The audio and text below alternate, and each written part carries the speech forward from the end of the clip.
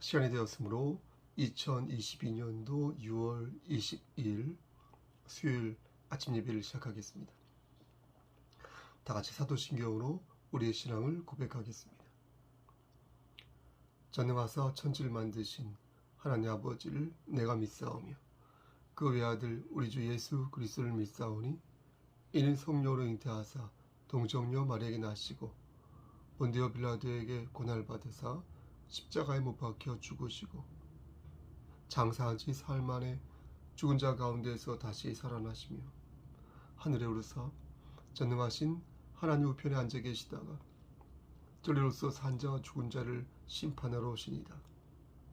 성령을 믿사오며 거룩한 공예와 성도가 서로 교통하는 것과 죄를 사해 주시는 것과 몸이 다시 사는 것과 영원히 사는 것을 믿사옵나이다. 아멘. 인간의 생사복을 주관하시는 하나님 아버지, 하나님의 크신 사랑을 진심으로 감사드립니다. 우리에게 새로운 하루를 허락하셔서 예배로 하루를 열 수 있도록 도와주신 은혜 감사합니다. 하나님, 우리가 하나님의 자녀로서 하늘의 권속으로서 오늘도 하나님을 기쁘시게 하는 삶을 살기를 원합니다. 그렇게 살 수 있도록 성령 하나님 우리와 함께 하셔서 우리의 삶이 성령 충만한 삶이 될 수 있도록 우리의 심령을 붙잡아 주시옵소서. 하나님, 이 시간 간절히 바라고 하는 것은 심신이 연약한 우리의 지체들을 위해 기도합니다.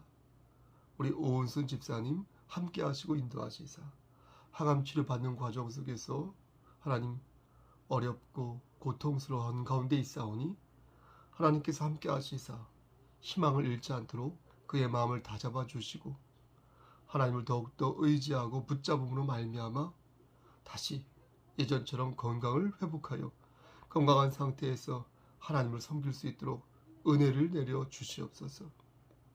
우리 전순지 집사님 함께 하시사 그의 자녀들 지치지 않도록 하시고 하나님의 뜻이 어디 있는지 깊이 묵상하는 가운데 하나님 결단할 수 있도록 도와주시옵소서. 우리 고재혁 권사님 함께 하시고 우리 박초지 권사님 함께 하시고 우리 권사님들 영육의 강건함을 함께 하시사 하나님 육신의 장막이 벗어지는 그날일 때까지 장중에 붙잡아 주시옵소서. 우리 어린 심령부터 청장년에 이를 때까지 우리 학생들 함께하여 주시고 하나님 영육의 강건함을 지켜주시고 생명의 성령의 전신갑주에 힘입어서 우리가 서 있는 그 자리에서 승리할 수 있도록 도와주시옵소서. 하나님, 저에게도 함께 하시사 하나님의 일을 감당하는 데 있어서 부족함 없도록 채워주시옵소서. 군복무 중인 우리 양한영 형제와 군사훈련 중인 정현청 형제에게도 함께하여 주시옵소서. 예수 그리스도인 받들어 감사하며 기도드렸사옵나이다. 아멘. 하나님 말씀 곧바로 보겠습니다. 요한복음 2장 1절에서 12절 말씀입니다. 요한복음 2장 1절에서 12절.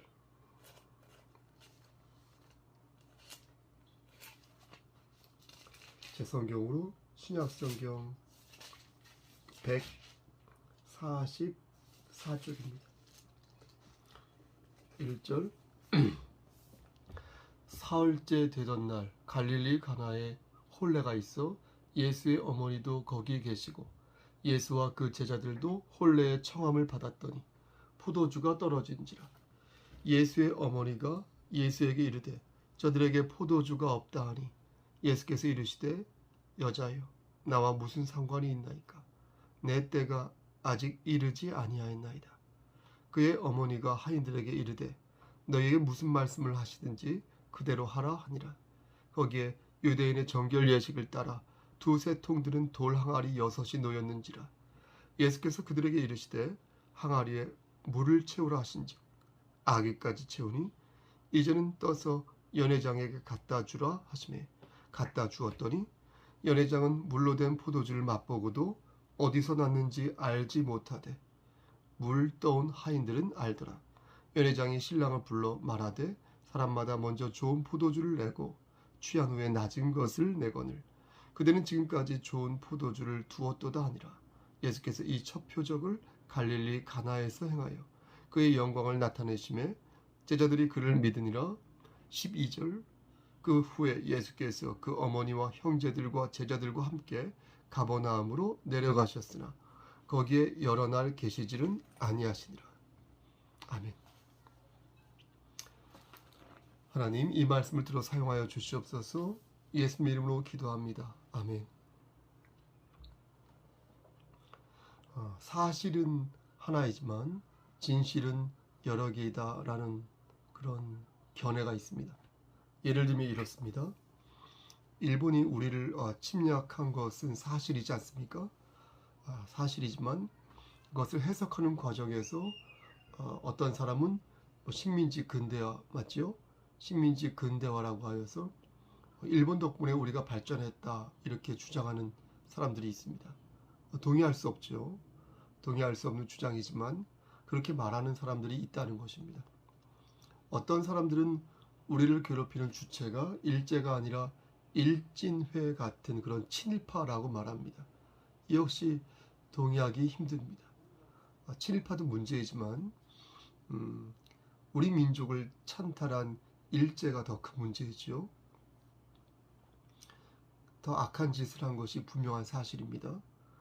하지만 어쨌든 현실에서는 이렇게 다양한 해석이 있어서 하나의 사실을 두고 여러 개의 진실이 있다. 이것이 진실이다. 라고 주장하는 다양한 목소리가 있다는 것입니다.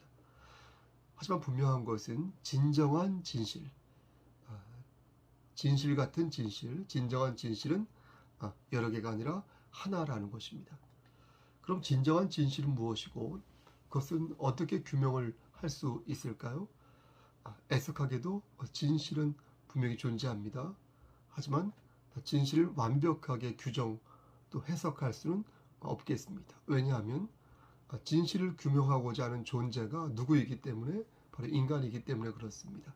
존재론적으로 연약할 수밖에 없는 인간이기에 그렇습니다. 인간이 존재론적으로 연약하다는 것은 인간이 유한한 존재라는 사실도 그렇지만 인간이 자기 이해를 가지고 있어서 자기 편의대로 해석을 한다는 것입니다. 그러니까 이기적인 존재라는 것입니다. 하나님의 말씀이 여러분 진리인 이유가 무엇입니까? 그 이유는 그것이 하나님의 계시이기에 그렇습니다.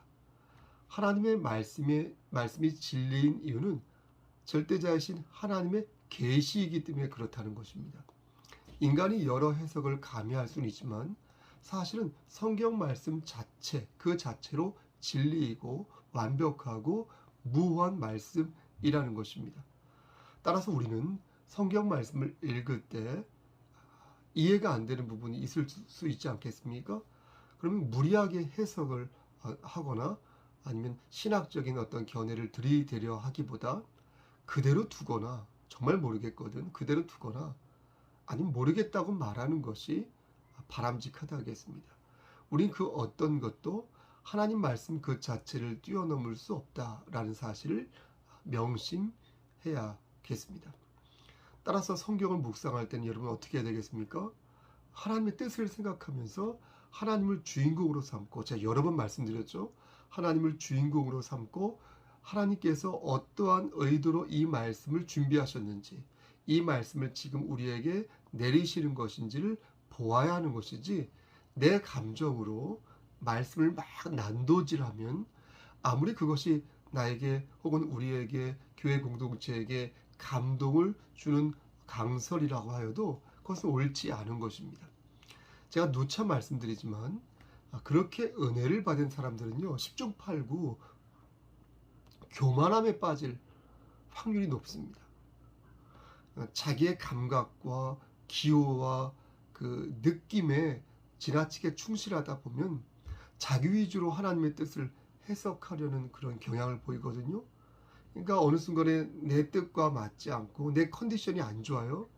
그러면 하나님 말씀을 전하는 주의 종의 생각을 동의하지 않고 또 그 강사를 아멘으로 받지 않는 것입니다. 그러니까 하나님께서는 하나님의 말씀을 통하여 이미 우리에게 당신의 뜻을 보이셨다는 것을 우리는 잊지 말아야 할 것입니다. 그 뜻이 무엇인지 예를 들어 설명해 보겠습니다.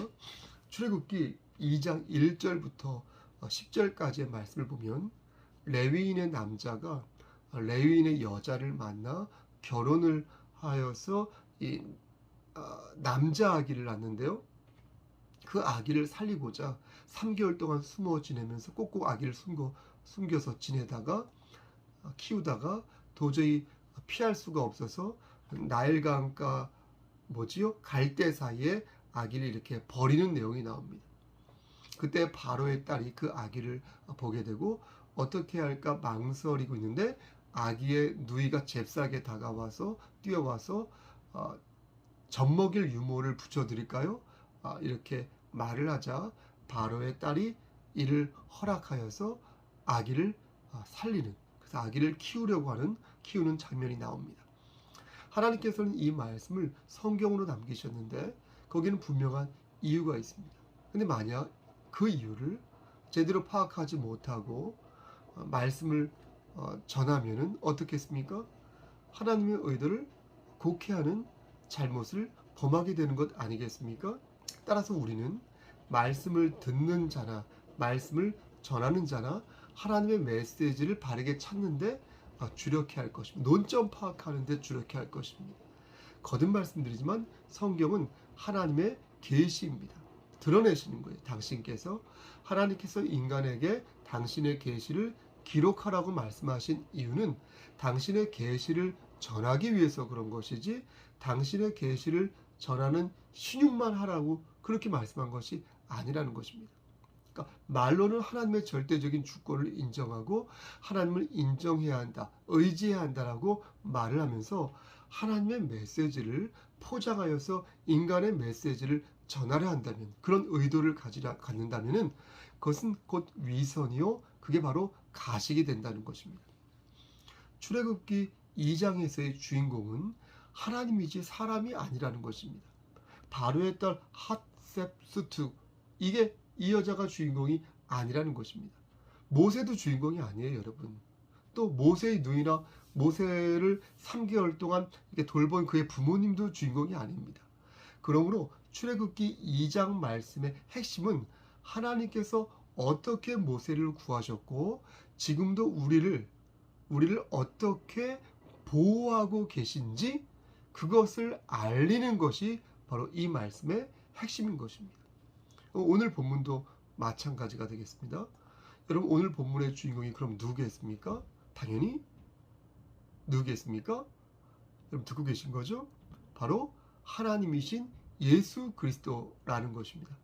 여러분, 그럼 조연은 누구겠습니까? 예수님의 어머니 마리아나 제자들 혹은 하인 정도 되겠죠? 여러분, 엑스트라는 누구겠습니까? 그 외에 어떤 인물이 되겠죠? 근데 엑스트라가 조연일 수 있습니다. 조연이 또 엑스트라일 수 있겠고요. 하지만 확실하게 말씀드릴 수 있는 것은 엑스트라가 조연이 될 수 있고 조연이 엑스트라가 될 수 있으나 그들이 주인공이 될 수는 없다는 것입니다. 만약 주인공을 예수님이 아니라 하인으로 설정한다면 이 강설의 메시지는 본문의 핵심과 상관없이 흘러가는 것입니다. 여러분, 그렇지 않겠습니까? 하인처럼 순종하고 하인처럼 실천하고 하인처럼 나누는 그런 성도가 됩시다 라는 식의 말씀을 전하게 된다는 것입니다. 하지만 이러한 해석은 거듭 말씀드리지만 번지수를 잘못 짚은 해석이라 하겠습니다. 어떤 분은 은혜가 되면 되는 거 아닙니까, 목사님? 이라고 말하시는 분이 계실 수도 있겠으나 그런 식으로 은혜를 찾으면 곤란하다. 영화를 보고 감동받을 수 있죠. 우리가 어떤 책을 읽고 교훈을 얻을 수 있습니다. 하지만 내 마음대로 교훈을 얻을 수 있습니다. 하지만 하나님의 말씀은 그래서는 안 된다는 것입니다. 뭐로 가도 설명하면 된다? 이런 식으로 하나님 말씀을 묵상해서는 해석해서는 아니 된다는 것입니다.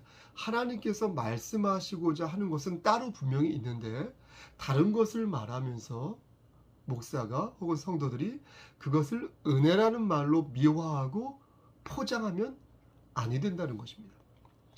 여러분, 그렇다면 오늘 본문의 핵심은 무엇이겠습니까? 아시죠?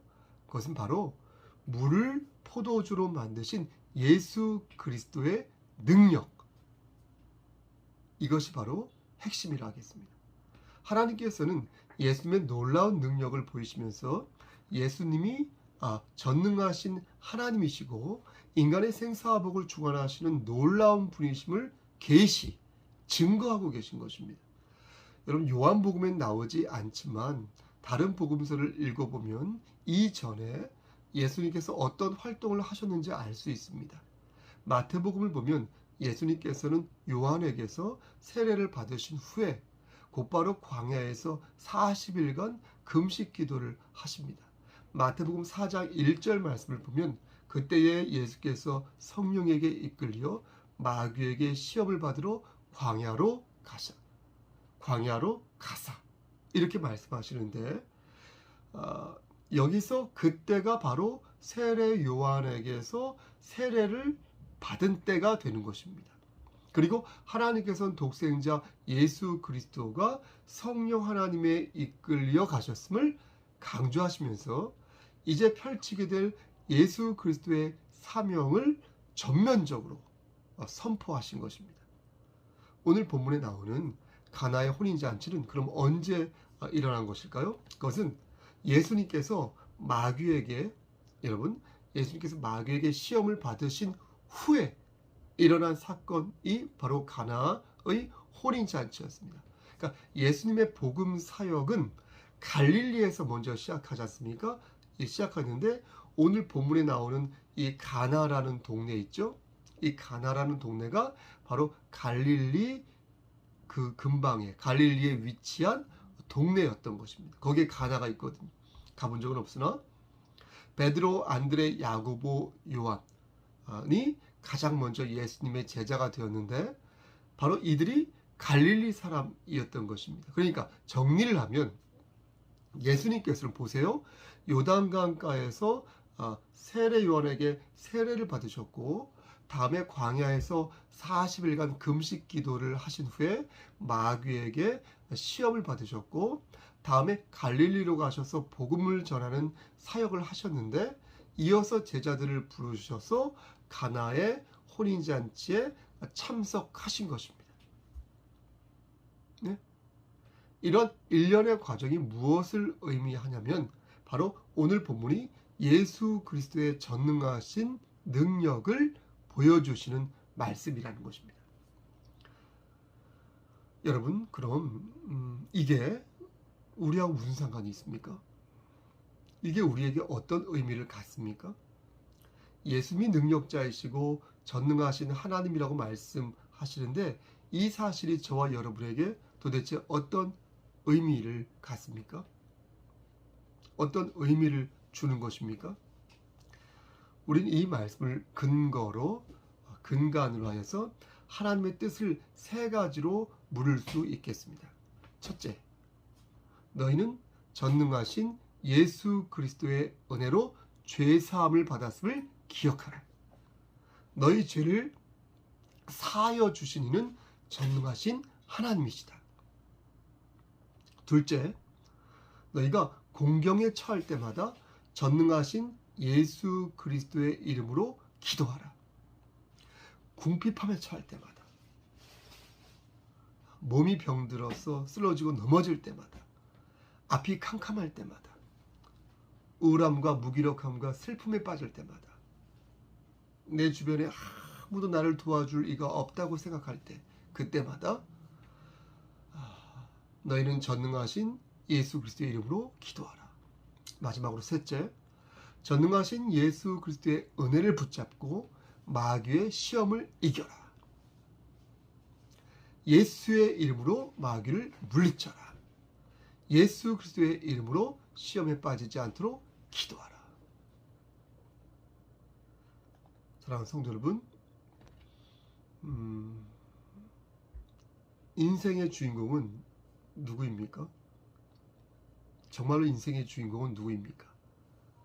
인생의 주인공은 사람 인자를 쓴다 하더라도 인간이 아닙니다. 인생은 하나님께서 잠깐 우리에게 이렇게 맡기신 하나의 짧은 시간일 뿐입니다. 여러분 그렇지 않겠습니까?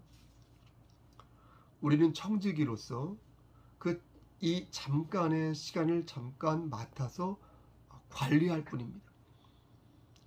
우리의 인생에 하나님을 우리가 주인공으로 세울 때, 그러므로 우리는 비로소 더 큰 복을 받아서 최고의 삶을 살 수 있는 것입니다. 우리에게 맡겨진 자산, 내 건강, 내 자녀, 내 재물, 내 권위와 권력, 내 동료, 그 많은 자산이 있지 않습니까? 그거 하나님께서 우리에게 잠깐 맡기신 거거든요. 우리에게 맡겨진 그 자산과 우리에게 맡겨진 경험과 우리에게 맡겨진 삶을, 인생을 하나님 안에서 그러므로 다시 튜닝 하시기를 소원합니다. 인생 얼마 남지 않았습니다.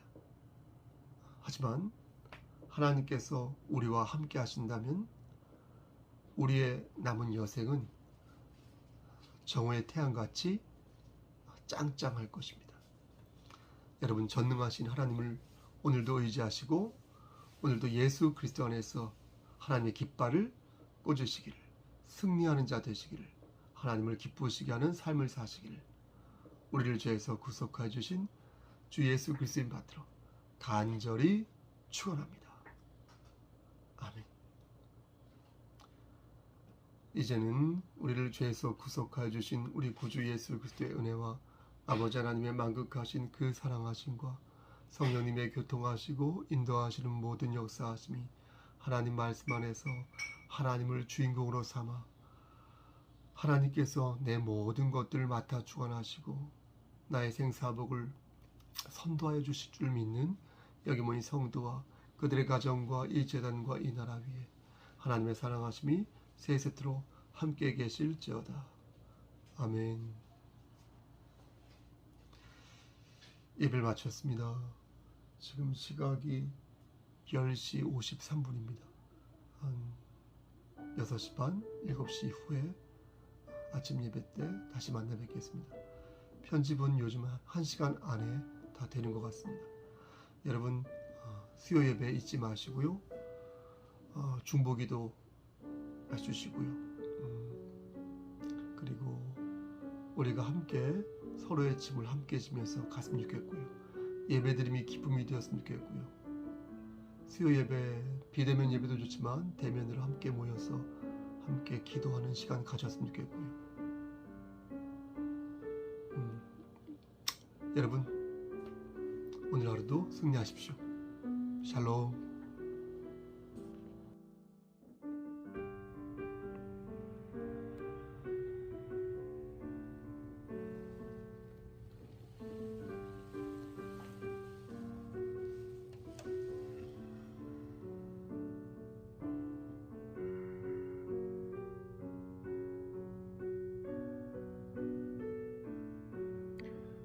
내 영혼이